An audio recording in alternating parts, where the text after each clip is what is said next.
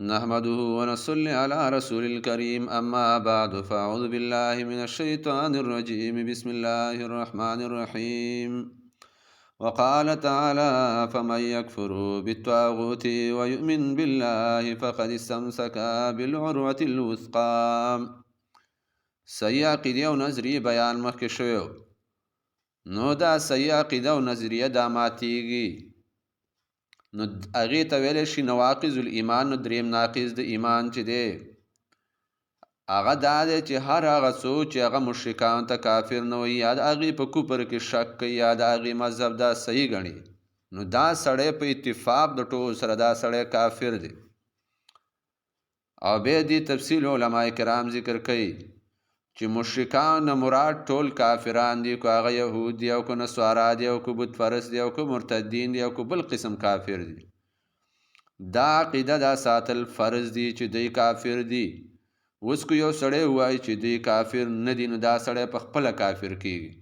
یا کافر ته به کافر وې یا د دې په کفر کې شک وکړي. لکه یو سړی وایي چې ما ته پته نشته که نه چې دوی کافر دي او که نه دي، نو ځکه دی په دوی هم کتابونه نازل شوي دي. یهودو تورات نازل شوی، په نصاراو انجیل نازل شوی، مسلمانانو قرآن نازل شوی دی.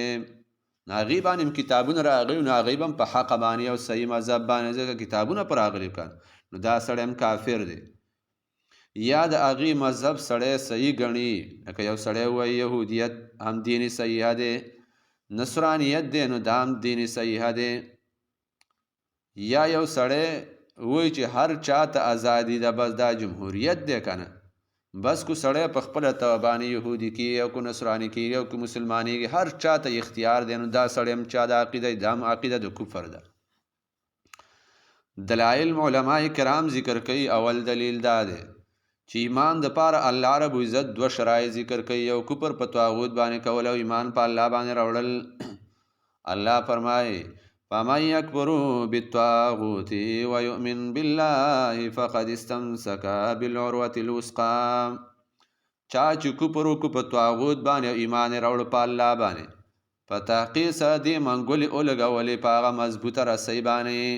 یؤمن بالله ایمان یې راوړو په الله، فقد استمسک بالعروة الوثقى نو دې منګولې ولګولې په هغه کړۍ مضبوطه باندې. نو ایمان د پاره الله دوه شرایط ذکر کړل. کفر په طاغوت باندې هر معبود من دون الله هغې باندې کفر کول او ایمان په الله باندې راوړل. نو کفر بالطاغوت بدایي. دریم الله رب عزت یهودو ته کافر وی، مشرکان ته کافر وی. الله رب عزت فرمایي ان الذين كفروا من اهل الكتاب والمشركين في نار جهنم. الله وی کسان چې کفر کوي د اهل کتاب او مشرکان په اور د جهنم کې وي. دریم دلیل علما کرام ذکر کوي لقد کفر الذین. الله رب عزت فرمایي یقینا کافر دي کسان قالو چې دوی وی ان الله هو المسیح ابن مریم، یقین الله عیسی زوی د مریم دی. نو دا عقیده سره دا عقیده د کفر عقیده ده. سلورم الله رب عزت ذکر کوي قد کان لکم اسوة حسنه فی ابراهیم. ستاسو د پاره په ابراهیم علیه السلام کې یو بهترین نمونه او ماډل دی. والذین معه کسان چې ابراهیم علیه السلام سره اذ قالوا لقومهم کله چې دی خپل قوم ته ویل انا براء منکم ومما تعبدون من دون الله کفرنا بكم وبدا بیننا وبینکم العداوة والبغضاء ابدا. منګه بایکاټ کو ستاسو نه او د هغه چا چې تاسو عبادت کوئ سوا د الله نه. کفرنا بكم منګه په تاسو باندې کفر کوو، ابدا بیننا او ښکاره شو په مابین زمونږ کې او په مابین ستاسو کې عداوت او دشمني او بغض همیشه دپاره. نو آیات کریمه کې الله رب عزت یو کفر بالطاغوت د الله نه ما سوام چې د چا بندګي کېږي نو هغې باندې کفر کول، نو دا یو حصه د ایمان.